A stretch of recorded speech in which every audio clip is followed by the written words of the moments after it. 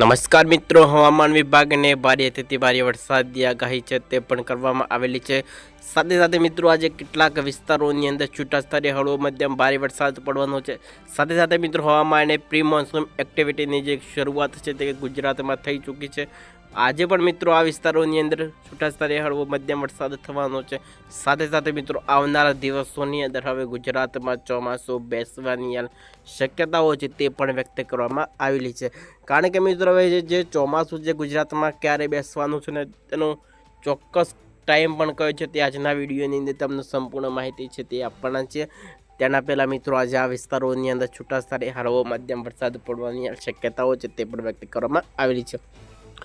હવામાન વિભાગે તાજી આગાહી અને પ્રી મોન્સૂન એક્ટિવિટીની ગુજરાતમાં એક તરફ ઝાકળ ગરમી પડી ત્યાર પછી મિત્રો બીજી તરફ કેટલાક વિસ્તારોની અંદર ગાજવીજ સાથે કમોસમી વરસાદ એટલે કે માવઠું પડવાની સંભાવનાઓ તે વ્યક્ત કરવામાં આવી છે।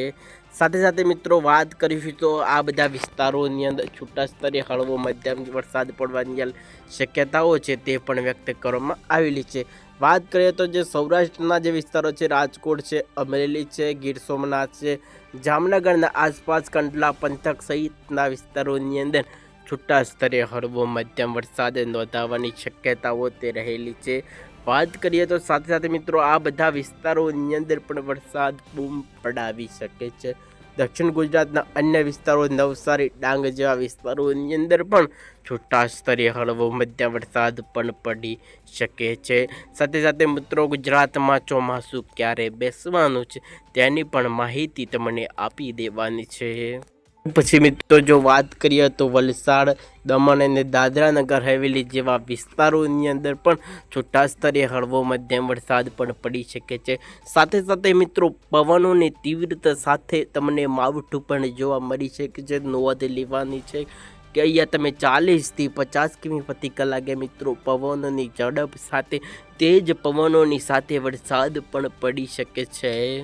પછી મિત્રો વાત કરીશું કે હવે ગુજરાતમાં ચોમાસું ક્યારે બેસવાનું છે ને અત્યાર સુધીની અંદર ચોમાસું કેટલે પહોંચ્યું છે તેની સંપૂર્ણ માહિતી આપી દઈએ તો અહીંયા તમે જોશો કે 26 માર્ચ એટલે કે મિત્રો અહીંયા જે આજે શ્રીલંકાનો જે વિસ્તાર છે જે તે મહારાષ્ટ્રના જે વિસ્તારો છે આ વિસ્તારોની અંદર મિત્રો અત્યારે ચોમાસું અહીંયા સુધી પહોંચી ગયેલું છે।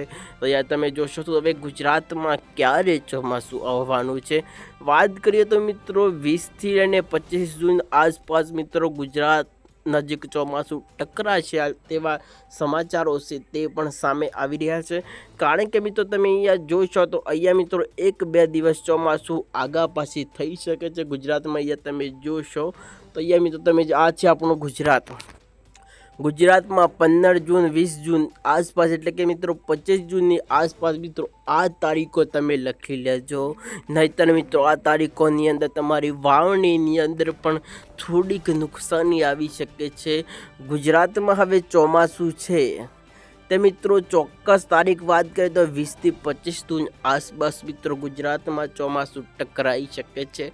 અત્યારે મિત્રો ગુજરાતમાં પ્રી મોન્સૂનની એક્ટિવિટીના જે વરસાદો છે તે પડી રહ્યા છે। કેટલાક વિસ્તારોની અંદર છૂટાછવાયા હળવો મધ્યમ વરસાદ પડે છે તો ક્યાંક ભારે વરસાદ।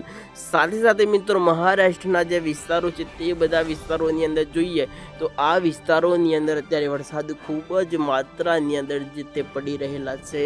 ગુજરાતમાં ચોમાસું ક્યારે ટકરાશે તેની અહીંયા જે તારીખો છે તે જાહેર કરવામાં આવેલી છે। વાત કરીએ તો મિત્રો 20થી 25 જૂન આસપાસ ગુજરાતમાં ચોમાસું ધમધોકાઈને વરસાદ પણ લાવી શકે છે।